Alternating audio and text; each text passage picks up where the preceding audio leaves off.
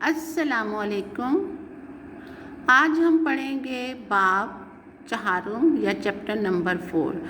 گزشتہ باب میں اکبری نے علیحدہ گھر کا مطالبہ کیا تھا اور میکے روٹھ کر چلی گئی تھی۔ آج کے باب میں کیا ہوتا ہے؟ آج کے باب میں اکبری ابھی تک روٹھ کر میکے میں بیٹھی ہوئی ہے۔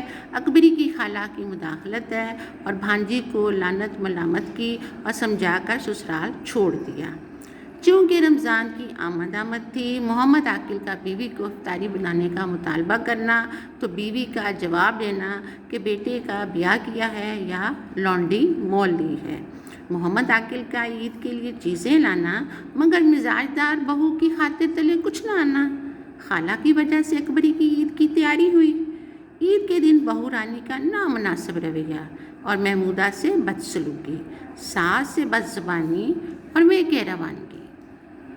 ماں کی سمجھداری، بیٹے کو عید کے ساتھ اس کے سسرال بھجوا دیا۔ یہ وہ تمام اہم نکات تھے جو ہمیں چیپٹر نمبر 4 میں پڑھنے کو ملیں گے۔ اگلے چیپٹر کے لیے انتظار کیجیے۔ اللہ حافظ۔